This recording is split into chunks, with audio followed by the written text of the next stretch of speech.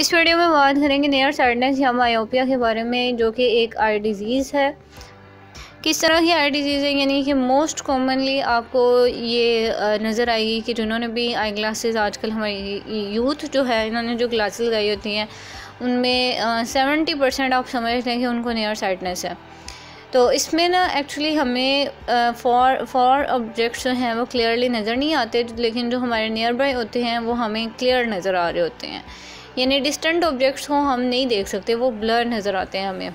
और समटाइम आपको दूर से देखना है तो आपको अपनी आइज़ जो है वो स्क्वांट करनी पड़ती हैं। स्क्वांट मीन से अपनी आइज़ को थोड़ा पार्टली क्लोज करते हैं और फिर कोई चीज़ को ना क्लियरली देख सकते हैं। इवन मुझे ये नियर साइटनेस है तो मैं समटाइम स्क्वांट कर रही होती थी कि दूर से कुछ देखना है तो समझ नहीं आ रही। अब ये हमें नियर साइटनेस एक्चुअली कैसे होती है, जब भी हम कोई भी लाइट हमारी आंखों पे पड़ी होती है तो हमारी आइज़ जो हैं वो इसकी करेक्ट इमेज नहीं बना पाती। मतलब बना सकती हैं, लेकिन वो हमारी जो लाइट रेस है, कोई भी लाइट रेस आ रही हैं तो वो बेंड हो जाती हैं, इनकरेक्टली रिफ्लेक्ट हो जाती हैं। और जो इमेज हमारी बननी होती है हमारे रेटिना के सामने, वो रेटिना पे के सामने बनने की बजाय उसके ऊपर बन जाती है, तो जिसकी वजह से इमेज जो है वो ब्लर नज़र आने लग जाती है। अब ये नियर साइटनेस जो है वो बहुत ग्रेजुअली और रैपिडली हमारी यूथ में और चाइल्डहुड बच्चों में, एडोलसेंस में ये जो है वो डिजीज़ डेवलप हो रही है। और इवन आप कह सकते हैं कि ये जनरेशन टू जनरेशन भी वैरी करती है, कुछ जीन्स के फैक्टर्स भी होते हैं यहाँ पे।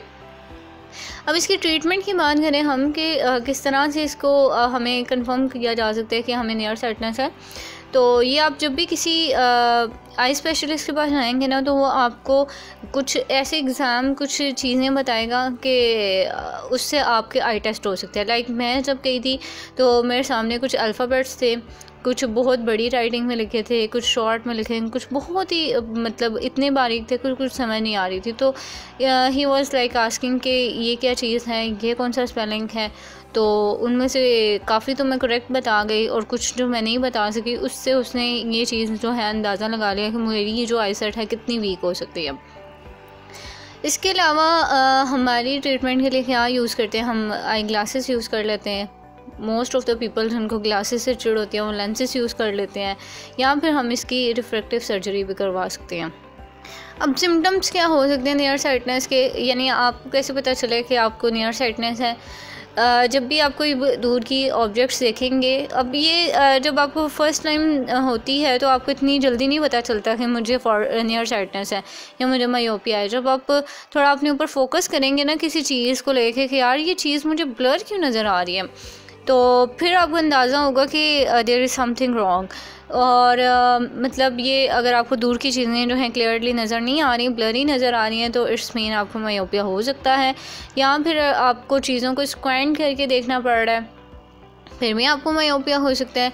या कुछ टाइम होता है कि आप ज़्यादा कंसंट्रेट करते हैं, आपको हेडेक बहुत ज़्यादा होती है। हेडेक जो है वो एक सिम्टम है इसका, नियर साइटनेस का। इसके अलावा ये भी हो सकता है कि आप कुछ ड्राइव कर रहे हैं और आपको दूर से कुछ चीज़ें नज़र नहीं आ रही, या नाइट टाइम है तो आप दूर से नहीं देख सकते।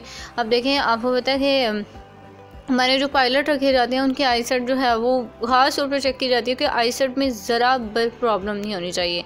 क्यों नहीं होनी चाहिए? ज़ाहिर है उन्होंने जहाज़ उड़ाना है, उनको डिस्टेंट ऑब्जेक्ट्स ही नहीं नज़र आएंगे तो वो क्या करेंगे। और जी इसमें और भी होता है कि समटाइम आप बैठे हैं, आपको दूर से टेलीविज़न चल रहा आपको नज़र नहीं आएगा, आपके साथ आपके सामने कोई दूर पर्सन खड़ा आपको नज़र नहीं आएगा। क्लासरूम में बच्चे जो हैं वो दूर से टीचर को नहीं देख सकते या ब्लैक बोर्ड नहीं देख सकते, तो उन्हें करीब आके बैठना पड़ता है। एक्सेसिवली आप आइज़ को ब्लिंक करते रहते हैं, या फिर अपनी आइज़ में आपको कुछ ना मतलब एचिंग सा फील होता है। तो अगर ये कंडीशंस आप पे हैं तो ऑब्वियसली आपको डॉक्टर को चेक करवाना चाहिए कि आपको मायोपिया तो नहीं है। तो ये एक कंसेप्ट था छोटा सा, इजी सा। आई होप कि आपको क्लियर हो गया होगा। अब इससे रिगार्डिंग आपको कोई क्वेश्चन है, कुछ भी आप शेयर करना चाहते हैं तो आप मुझे कमेंट सेक्शन में बताएं। अपना और अपने प्यारों को बहुत सा ख्याल रखिएगा। मिलते हैं नेक्स्ट वीडियो में।